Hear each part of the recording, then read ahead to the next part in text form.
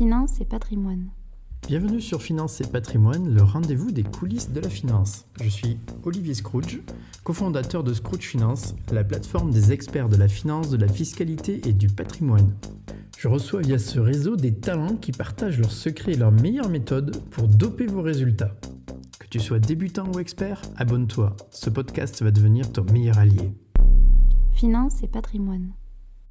Chers auditeurs, bonjour. Cet épisode est découpé en 2 parties et vous êtes sur le point d'écouter la deuxième partie. Nous allons parler des outils pour les professionnels de la finance et du patrimoine. Tout le monde n'est pas capable de gérer surtout un patrimoine important tout seul. Peu de gens le peuvent d'ailleurs correctement et beaucoup s'appuient sur les compétences d'un professionnel. Donc conseiller en gestion de patrimoine principalement, ingénieurs patrimoniaux, ce type de profession. Eux aussi utilisent des outils qui leur permet de suivre et de proposer des interfaces d'ailleurs à leurs clients de suivi de leur patrimoine. Donc c'est le moment d'en parler. Donc là ça s'adresse plutôt à des professionnels, mais vous verrez si vous êtes particulier, ça va vous intéresser probablement aussi de savoir qu'est-ce que votre conseiller utilise comme outil. Donc en préparant cette émission avec Cyprien, on a évoqué alors là, pour le coup, le marché est moins vaste. En France, il y a 2, maintenant 3, avec l'arrivée de Wellscome Pro, logiciel qui existe sur le marché, puisqu'il y a un qui s'est fait absorber par le précédent. Ouais, il y en a un petit peu plus, mais on s'est attardé sur je dirais les 2 principaux maintenant, puisque comme tu l'as dit, le plus gros a racheté le moins petit, on va dire. Grosso modo, sur le marché, le premier a acheté le deuxième, et puis on a le troisième qui pointe le bout de son nez, et puis bientôt Wellscome Pro qui arrive, comme tu l'as dit. Donc nous avons évoqué ensemble un peu le leader du marché aujourd'hui qui est la société Harvest, la société AMC avec son logiciel Capital Explorer.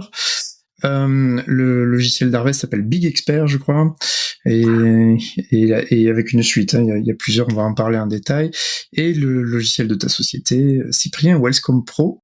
Il y a encore des gestions sous Excel, je pense, de la part de nos CGP, donc c'est aussi un outil.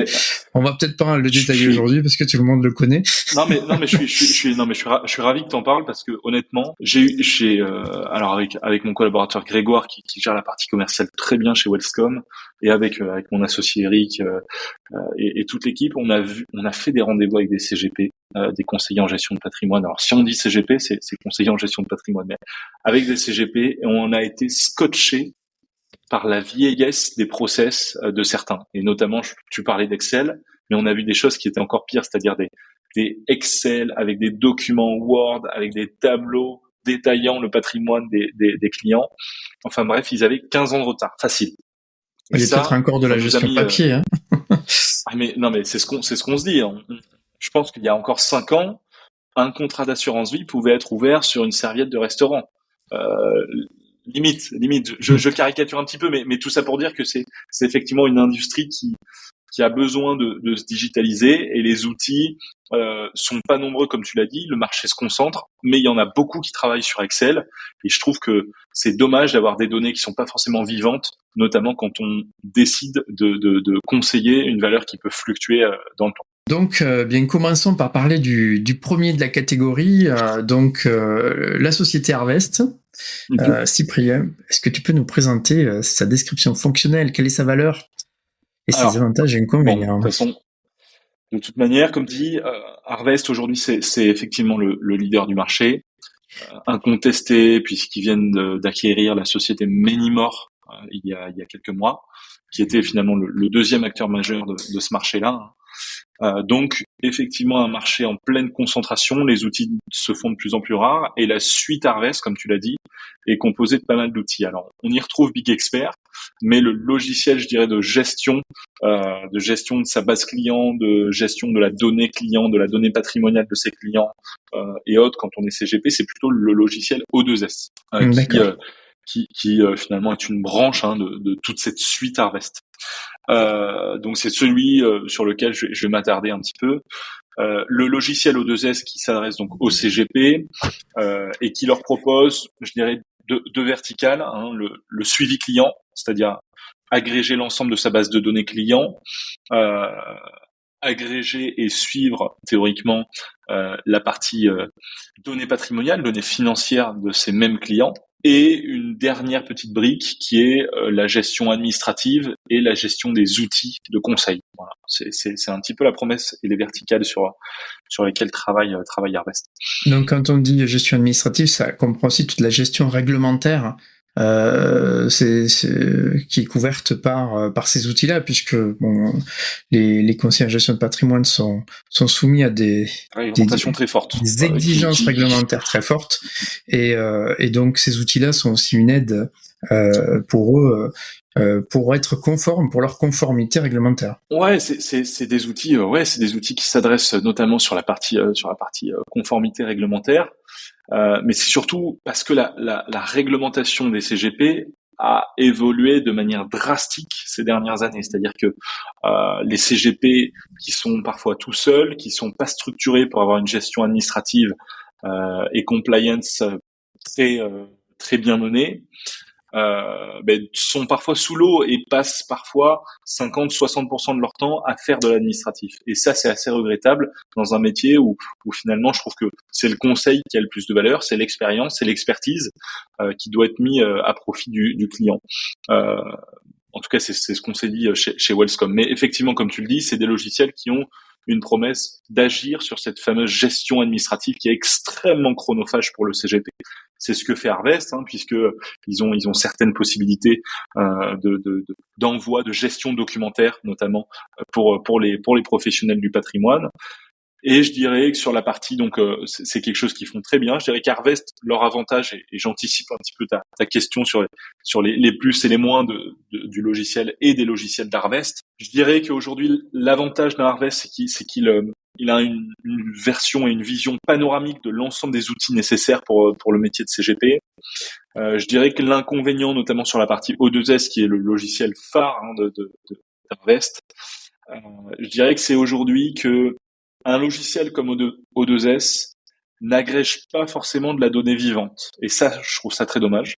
Pourquoi ? Parce que quand on est CGP et qu'on va faire finalement la fiche patrimoniale de son client, c'est-à-dire qu'on va faire le recueil d'informations, on va récupérer les informations et rentrer l'ensemble des données patrimoniales de son client, sur O2S, c'est uniquement de la saisie manuelle. À l'exception des portefeuilles gérés de l'encours sous gestion du CGP, qui est remontable via les normes Pénélope. C'est une norme qui a été, c'est un format finalement qui a été popularisé notamment chez les agrégateurs professionnels sur la transmission des données, pour que tout le monde ait finalement le même rescrit, le même format de transmission de ces données-là. Donc, il est possible d'agréger de la donnée, mais uniquement la donnée qui est gérée par le conseiller. Et ça, je trouve ça très dommage. Pourquoi ? Parce que quand on entend conseil en gestion de patrimoine, l'idée, c'est de placer de l'argent chez son CGP, mais aussi d'être conseillé sur le reste.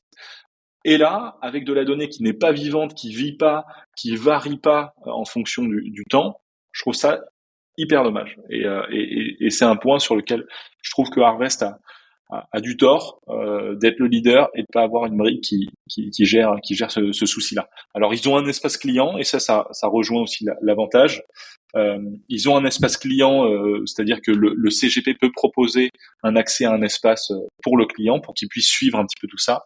Auquel cas le client peut agréger de la donnée, mais ça reste assez limité et c'est surtout une branche de logiciel professionnel qui a été adaptée aux particuliers.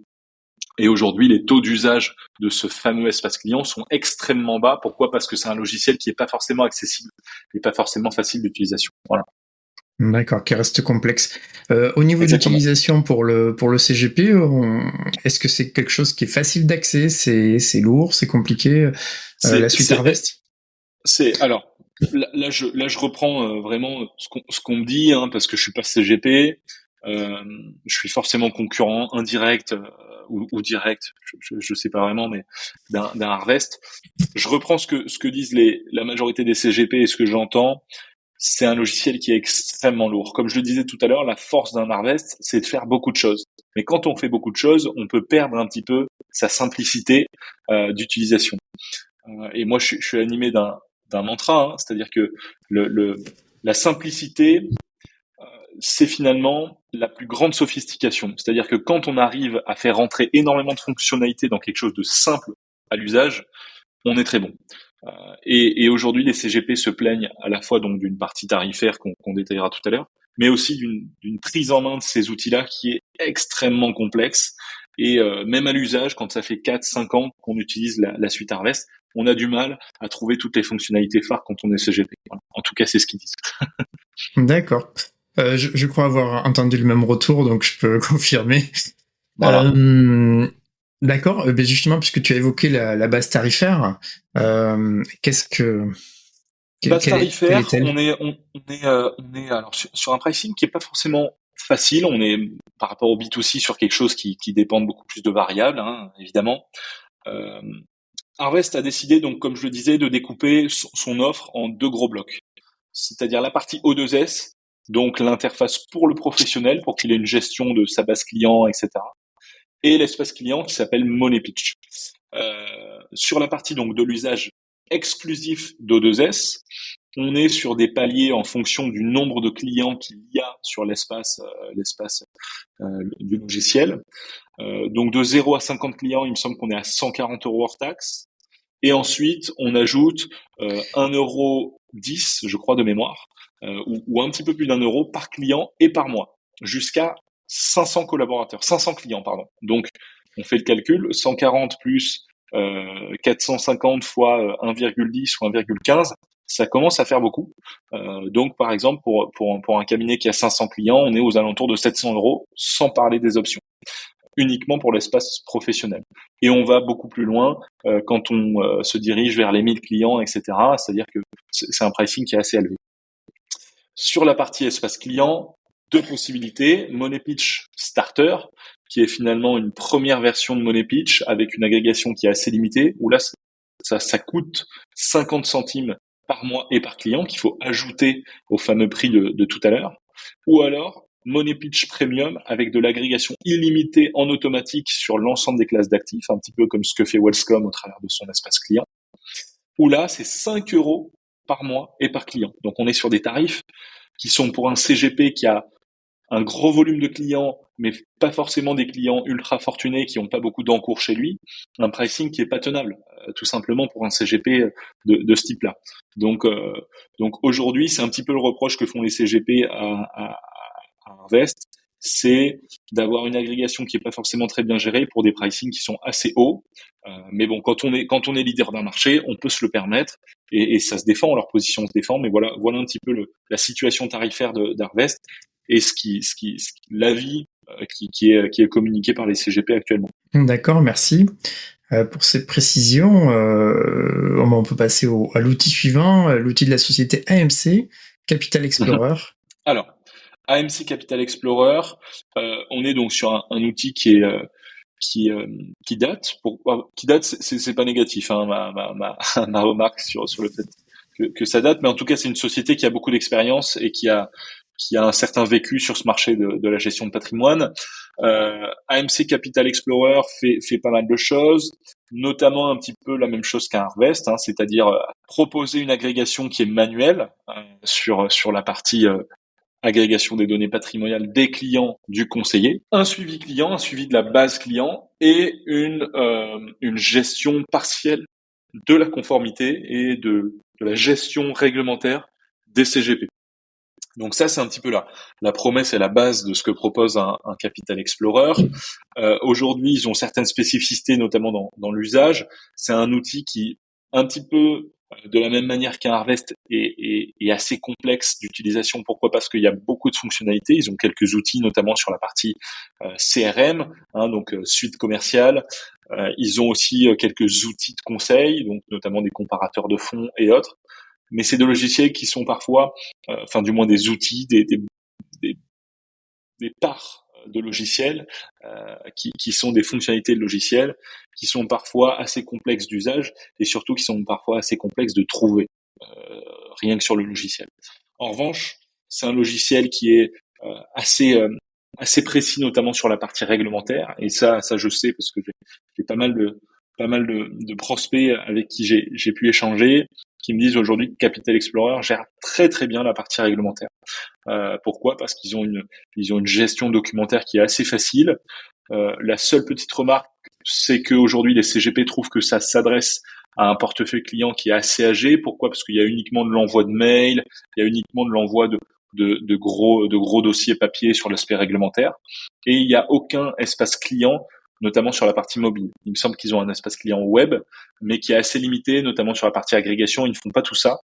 Ils sont vraiment concentrés sur la partie professionnelle et sur l'usage, on va dire, que peut avoir un CGP dans ses tâches métiers quotidiennes. C'est-à-dire aujourd'hui suivre ses clients, suivre la valeur de leur patrimoine et potentiellement gérer l'administratif. Voilà, c'est vraiment ce sur quoi se concentre aujourd'hui Capital Explore. Merci beaucoup, Cyprien. Au niveau du tarif, on est sur quelle base avec AMC? Alors, avec AMC, on est sur quelque chose qui est beaucoup moins modulable qu'un Harvest. Hein. Ils ont des tranches clairement définies. Je crois qu'on commence aux alentours de 120 € hors taxe par mois, sans option d'espace client et sans option d'agrégation externe. Voilà. Donc ça c'est le pricing, on va dire de base.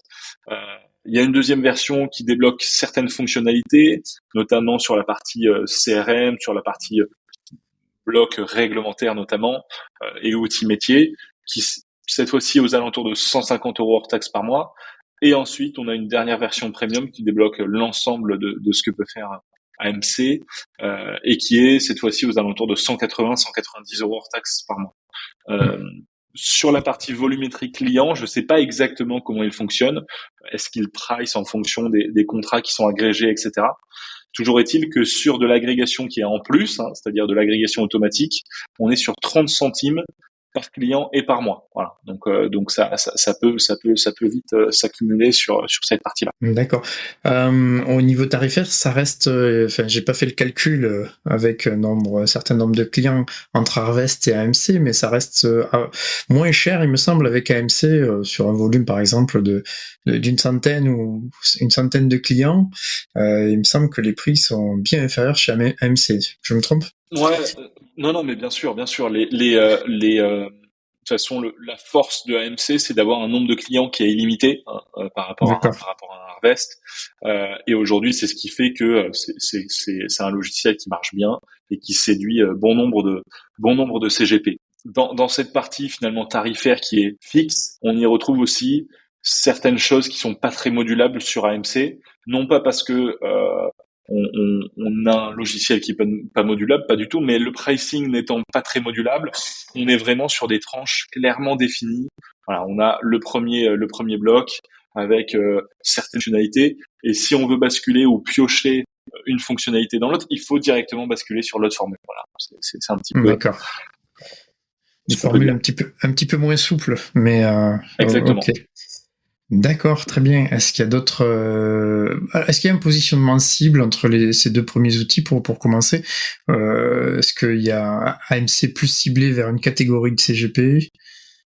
Alors, AMC, je dirais, a pas forcément une cible préférentielle, étant donné qu'ils sont sur une faculté à proposer un outil qui est un nombre de clients illimité. Ils peuvent tout à fait être sur un cabinet en démarrage, puisque ils proposent leur suite de logiciels directement avec leur suite de fonctionnalités au sein de leur logiciel, un cabinet qui peut démarrer, et ça peut plutôt convenir. Et d'un autre côté, un cabinet qui a des petits clients entre guillemets. Par petits clients, j'entends petits portefeuille géré par le conseiller, mais un gros volume de clientèle. Dans ces cas-là, c'est pour moi une offre qui peut convenir. Pourquoi? Parce que le nombre de clients et le prix n'est pas indexé à ce nombre de clients. Et donc, quand on a beaucoup de clients, mais qui n'ont pas forcément un chiffre énorme géré par le cabinet, ça peut tout à fait convenir. Je sais pas effectivement si c'est clairement leur cible, mais en tout cas, moi, je trouve que c'est assez intéressant quand on a un gros cabinet de se tourner vers AMC. D'accord, ok. Merci pour ces précisions. Passons au troisième outil. Je crois que tu le connais un petit peu mieux. Donc, Wellscom Pro, qui est la version, une autre version. Si j'ai bien compris, c'est un logiciel distinct de Wellscom. Tout à fait. Il y a pas mal de connectivité, mais il y a une distinction qui est. T'as raison, il y a une distinction qui est forte. Eh bien, vas-y pour ces descriptions fonctionnelles, et je suis intéressé aussi pour la partie connectivité avec la version B2C. Alors, je peux d'ores et déjà commencer par la connectivité. Quand je parle de connectivité, c'est-à-dire qu'on a forcément pris quelque chose qui a bien marché, étant donné que sur la partie B2C, sur la verticale B2C, qui est vraiment un métier à part entière, on va chercher nos clients en direct et on essaye de les convertir. Étant donné qu'on a fait un super lancement en janvier 2023, que on a eu beaucoup de retours positifs et qu'on s'approche du milliard agrégé sur notre outil en B2C, on s'est dit pourquoi pas reprendre ce qu'on maîtrise, à savoir un espace pour le particulier, pour qu'il puisse suivre l'ensemble de ses investissements, et la technologie d'agrégation. Et dès lors qu'on a commencé à discuter avec des CGP, des professionnels, on s'est dit, OK, on va en fait faire un petit peu l'inverse qu'un Harvest ou qu'un AMC qui traite d'abord le professionnel. Nous, on va mettre que ce soit le professionnel et le client au même étage. Et on va travailler vraiment sur une connectivité entre deux interfaces. Grosso modo, on a repris la technologie qu'on avait précédemment développée sur la partie B2C pour la construire en tant qu'espace client pour le CGP. Et à côté de ça, on a construit effectivement l'interface Wellscom Pro qui permet cette fois-ci d'avoir un petit peu comme ce que font les deux autres logiciels collègues de notre activité, à savoir donc une agrégation sur la donnée patrimoniale qui concerne l'ensemble des classes d'actifs, hein, puisqu'on maîtrise cette technologie comme peu sur le territoire français et sur le marché de la gestion de patrimoine. Donc l'agrégation patrimoniale, notamment surtout avec de la donnée qui est vivante, c'est ce que je reproche aujourd'hui à Harvest, c'est qu'en tant que CGP, on n'a pas forcément de données vivantes. Sur Wellscom, c'est le cas. On a finalement un suivi commercial des campagnes, on a des leviers d'optimisation commerciale, et ça c'est très important. Pourquoi ? Parce que ça permet finalement à un CGP de cibler les potentialités de croissance hein, au travers d'une étude client qui est faite. On a un troisième bloc qui est très important pour nous, qui est celui de la gestion de conformité, la gestion réglementaire.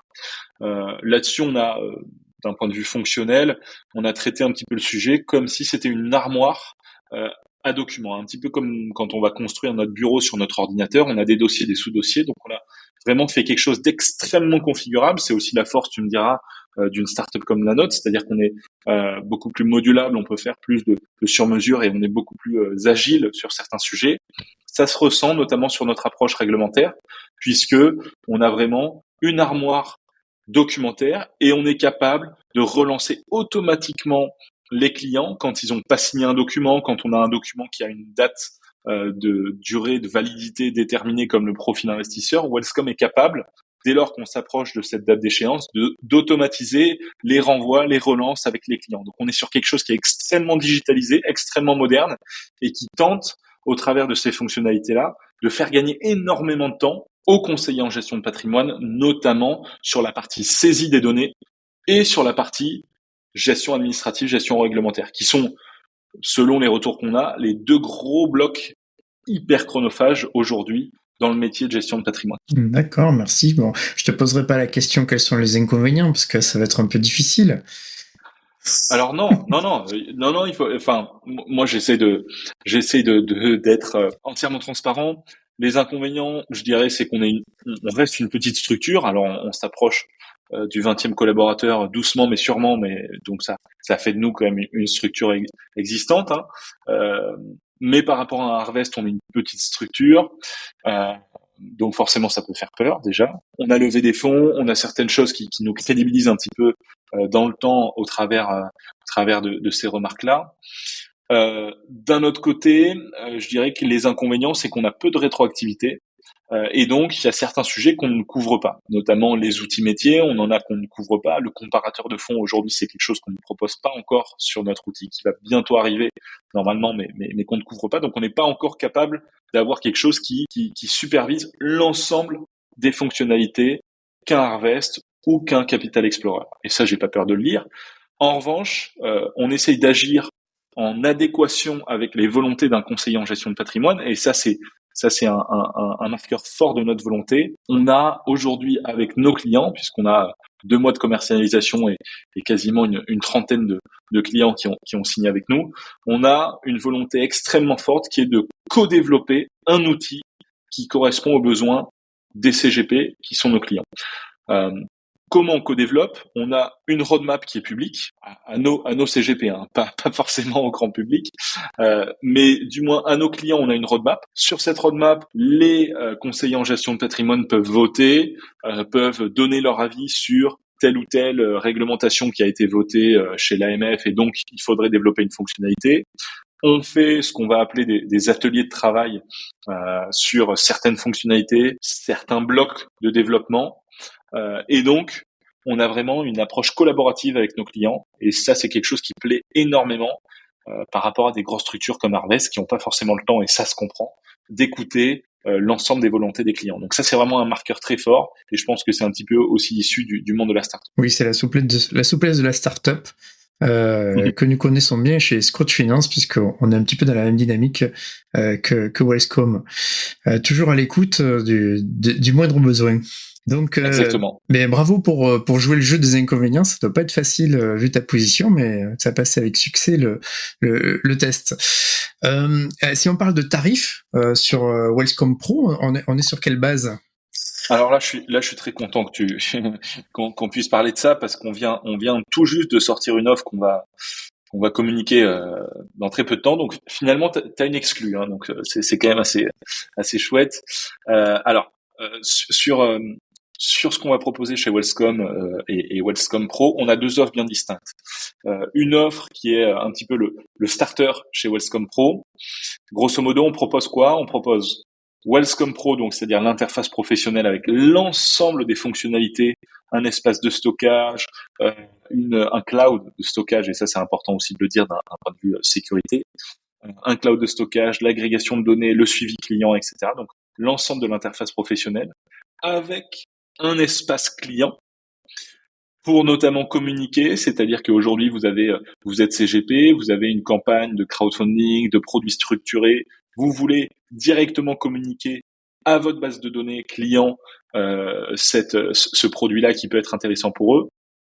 Vous pouvez le faire directement sur votre outil Wellscome Pro et envoyer une notification mobile sur votre espace client, et donc le client va recevoir grosso modo un texto avec le logo de votre cabinet ou le logo Wellscome en fonction des différentes offres, marque blanche ou pas marque blanche, mais va recevoir une notification comme il peut recevoir un SMS, émettre son intérêt ou pas directement sur l'interface. Donc ça, c'est notre première offre, c'est le starter. La seule brique qui manque, c'est l'agrégation automatique sur l'espace client. C'est-à-dire qu'aujourd'hui, un client d'un CGP qui utilise son espace client ne va pas pouvoir synchroniser l'ensemble de ses comptes bancaires, etc., etc. Et c'est un petit peu ce qu'on vend sur la verticale B2C. Ça, c'est la première offre. Et aujourd'hui, elle démarre à 50 € hors taxe par mois. Donc, on est extrêmement bien placé. On a une volonté, c'est de rendre ces outils qui sont digitaux, qui sont performants, qui sont dans l'ère du temps, notamment avec la transition générationnelle qui arrive et qu'on pourra évoquer en toute fin de podcast en 2 petites minutes parce que je trouve que c'est un sujet intéressant. Mais tout ça à 50 € hors taxe par mois, c'est extrêmement abordable pour une structure de gestion de patrimoine, et c'est surtout essentiel pour eux de démarrer avec un outil comme ça dès leur début. La deuxième formule, qui est là Wellscome Pro avec l'espace client premium, où là on débloque toutes les fonctionnalités et on a une offre qui démarre à 100 € hors taxe. Donc on est vraiment sur quelque chose d'extrêmement accessible sur ces offres-là. Il faut savoir que dès qu'on dépasse un certain nombre de clients agrégés, on passe sur un autre échelon, un petit peu comme ce que fait Harvest. Toujours est-il qu'on reste à peu près 60 à 75% moins cher que Harvest, notamment sur ces sujets-là, puisqu'on a un pricing qui est un petit peu comparable. Voilà. Donc, je suis assez content que tu poses cette question des tarifs, parce que beaucoup de CGP se plaignent de la concentration de marché des logiciels CGP, et donc forcément des pricing qui sont un petit peu une dictature, même si le terme est fort, mais bon, c'est aussi la position de leader de marché qui veut ça. Ils font les prices comme ils le veulent.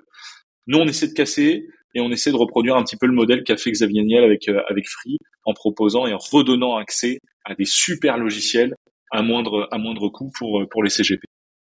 Ben merci. En tout cas, ça fait un petit peu rêver la promesse de Wellscome, et je pense que ça va intéresser pas mal de gens, en tout cas pour au moins s'y intéresser. Moi, j'ai une question justement entre les outils qu'on a évoqués. Est-ce que c'est facile de migrer? Par exemple, si je suis chez Harvest, je vais aller chez AMC. Je suis chez AMC, je vais aller chez Wellscome. Comment ça marche? C'est une question qui est parfaite parce qu'elle est extrêmement pertinente. La migration, théoriquement, elle n'est pas possible.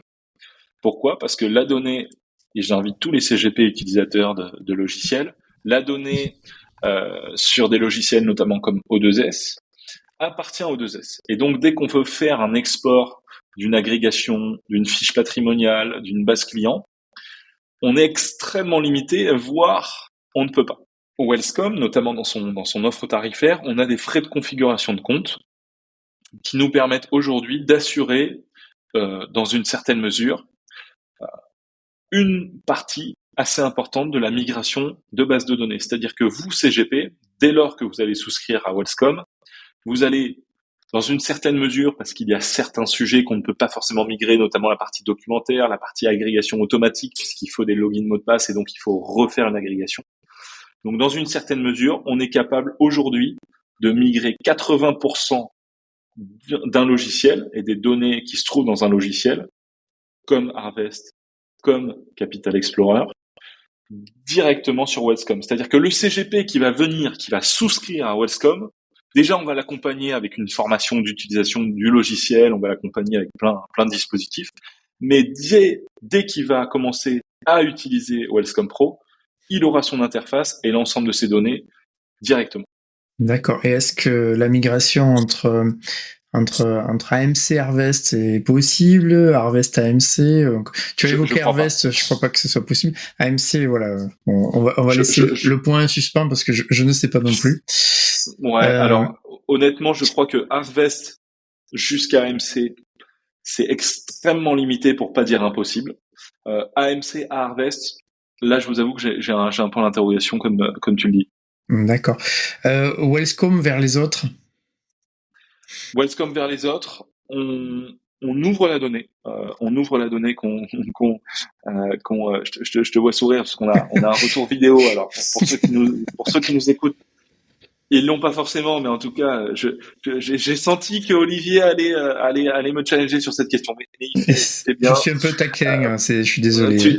Mais tu as bien raison, on ouvre la donnée, c'est-à-dire que à partir du moment où la donnée que nous n'avons pas traitée, c'est-à-dire une donnée qui a été ajoutée par le CGP lui-même, donc hors migration, c'est ce qu'on va appeler la donnée du CGP. Et donc, le CGP reste propriétaire et maître de ces données. Donc, il peut exporter des fiches patrimoniales de ses clients. Il peut faire donc, par exemple, ça directement sur l'interface Wellscome. On peut exporter les données à un format ouvert, voilà, CSV. De format PDF ou CSV. Donc c'est assez classique. C'est-à-dire que une fiche patrimoniale sort un PDF avec l'ensemble des souscriptions et des positions, ou alors directement un CSV qui est un petit peu plus spécifique, mais qui fait bien l'affaire. Voilà, qui peut être importé derrière dans d'autres logiciels si l'interface est prévue. D'accord. Ouais. Très bien, ben c'est bien, c'est de belles fonctionnalités en tout cas. Je vois que tu ne t'es pas démonté devant mes petits pièges et mes taquineries. Non, mais il faut pas. Et puis même alors tu vois, bon, les inconvénients, je trouve qu'il faut les dire. C'est-à-dire qu'il y a pas de logiciel parfait. Je pense qu'il y en aura pas. Donc autant être transparent sur les avantages, mais aussi sur les inconvénients d'un logiciel ou d'un autre. Je pense que c'est mieux d'avoir une promesse comme celle-ci. D'accord, ben je crois qu'on a fait le tour du panorama sur ces outils-là. Il y a un sujet que tu voulais évoquer à la fin. Vas-y, je te laisse le micro. Non, mais c'est aussi pour te questionner là-dessus. Mais donc on parlait notamment des CGP et de l'ensemble de la digitalisation qu'il y a dans ce secteur-là. Mais moi, j'aimerais qu'on revienne notamment sur un point qui est assez important selon moi, notamment sur la partie transition générationnelle. Je sais pas si tu le constates, toi, parce que tu es quand même directement lié aux investisseurs, à tout ce monde-là de la finance personnelle. Mais moi, je trouve qu'il y a quand même un changement. C'est-à-dire que ma génération ou les générations un petit peu ultérieures n'investissent pas du tout de la même manière que mes parents, que des personnes qui ont 60, 70 ans. Il y a vraiment, je trouve, une frontière et un changement radical dans les attentes à la fois de suivi et de maîtrise sur ces sous. Parce que je trouve qu'aujourd'hui, les jeunes génération Y, donc entre 20 et 35 ans, ont vraiment une volonté d'avoir la main mise sur leurs finances, sur leurs investissements et surtout sur les sous-jacents des investissements, notamment avec les thèses écologiques et autres. Il y a un besoin réel de cohérence entre les valeurs et l'argent qui a été investi. Je sais pas si tu le vois, mais moi je trouve que c'est assez intéressant et je pense que c'est un point qui risque de driver les différents logiciels et qui risque de construire les leaders de demain. Alors, du point de vue de ma position en tant que cofondateur de Scratch Finance, puisqu'on observe également tous les usages, puisqu'on est en contact direct avec la démocratisation du conseil financier privé, oui, complètement. Aujourd'hui, les générations dont tu parles, et encore plus les générations Z, ont besoin de donner du sens à leur épargne, de donner du sens à leur argent. Ça, c'est la première chose. Donc, lorsqu'on parle de contribuer à la transition écologique, oui, là, on donne du sens à un investissement, par exemple. Donc, totalement. La deuxième chose, c'est que c'est l'approche par rapport à l'argent. L'argent est quelque chose maintenant beaucoup plus considéré comme un outil au service de sa vie et un outil seulement. Et donc, du coup, on peut en parler librement, on peut être beaucoup plus ouvert, ce n'est plus un tabou comme des générations précédentes pouvaient le vivre. Et donc, ça change complètement l'approche. Et derrière, c'est l'ouverture à de meilleurs investissements, des investissements plus qualitatifs, plus spécifiques, plus orientés. Et qui ont du sens. Plus tangible, je sais pas si tu vois ça, mais l'essor du private equity, on le voit en ce moment. Le private equity, je trouve que c'est assez intéressant et c'est assez parlant, notamment sur cette transition-là. C'est-à-dire que les personnes ont envie d'investir sur des choses qui leur parlent. Voilà, pour moi, c'est ça le résumé. Hein. Pour nos auditeurs, le private equity, en quelques mots, c'est la capacité d'investir dans des sociétés non cotées, donc typiquement des PME, et donc des sociétés clairement identifiées, sur lesquelles on a fait notre petite analyse avant d'investir, et non pas des choses un petit peu abstraites. Exactement.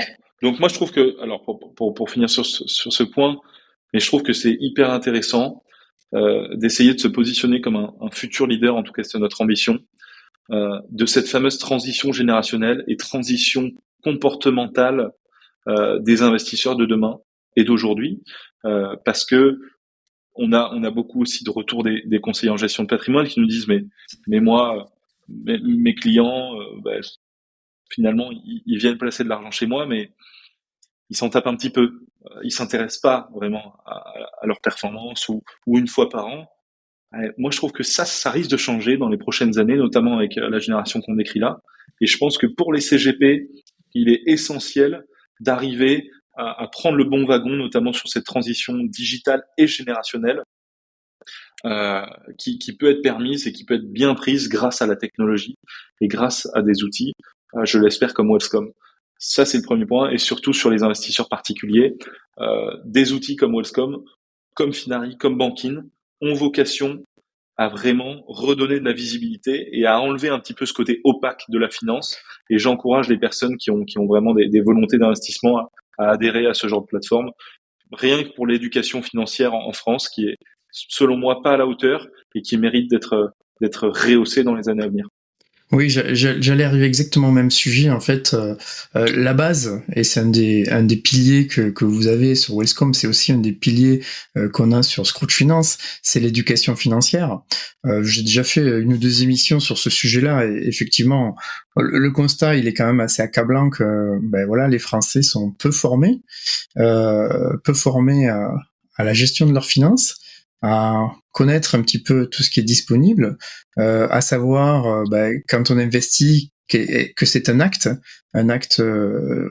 avec impact, et que c'est pas juste un placement, voilà, je dirais. Et donc ça c'est un des piliers qui est la base finalement après de l'utilisation d'outils, après de l'utilisation la recherche d'un conseiller financier privé pour s'aider, puisque avant de discuter avec un conseiller financier privé, il faut avoir les éléments de langage. Et ça, c'est un des fondamentaux, pardon, de toute cette évolution-là dont tu parles.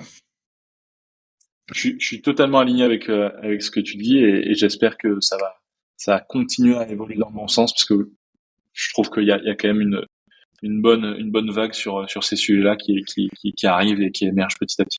Oui, alors et on n'est pas tout seul. Il y a de nombreux professionnels de la finance et du patrimoine qui sont sur ces sujets-là. J'en ai accueilli quelques-uns au micro de ce podcast déjà. Voilà, Charles Elias Farin, Guillaume Simonin, et c'est les deux noms qui me viennent en tête, mais il y en a d'autres qui sont vraiment axés sur l'éducation financière. Et nous aussi on s'y met. Je vois que vous aussi vous avez une des parties du site qui est consacrée sur votre plateforme. Et de sorte qu'on va faire avancer ensemble finalement tout le domaine. Voilà, c'est un petit peu l'idée de faire avancer cet écosystème-là. Ouais, et puis c'est aussi permis grâce à l'accessibilité, c'est-à-dire que voilà, comme tu l'as dit, on va sur Internet, on va sur Scrooge Finance, on va sur wellscom.fr, on trouve des ressources rapides et accessibles directement pour se former. Et ça, je trouve que c'est une bonne nouvelle. C'est une bonne nouvelle. Très, très bien même. Je suis ravi de cet échange, Cyprien. Écoute, merci beaucoup Olivier. J'ai trouvé plein de sujets intéressants et je trouvais essentiel de faire ce panorama, que ce soit des concurrents ou pas. Je trouve que c'était hyper intéressant. Donc merci beaucoup pour l'invitation. La concurrence fait grandir, donc c'est que du positif tout ça. Exactement. Merci beaucoup Olivier. Où est-ce qu'on peut te retrouver, Cyprien, si on a des questions à te poser, si on veut se renseigner un peu plus sur Wellscom? Alors, vous pouvez tout à fait. Alors, on a nos applications qui sont disponibles sur iOS et sur Google Play. Wellscom, donc WEALTHCOME. Et ensuite, on est donc disponible sur tous les réseaux sociaux, sur YouTube, sur Instagram. Moi, à titre personnel, on peut me contacter pour des partenariats. On a aussi parlé B2B. Donc on peut me contacter sur LinkedIn directement. Donc mon prénom classique sur LinkedIn, je suis assez actif. Et puis je pense que c'est assez suffisant quand même. On est assez disponible. Très bien.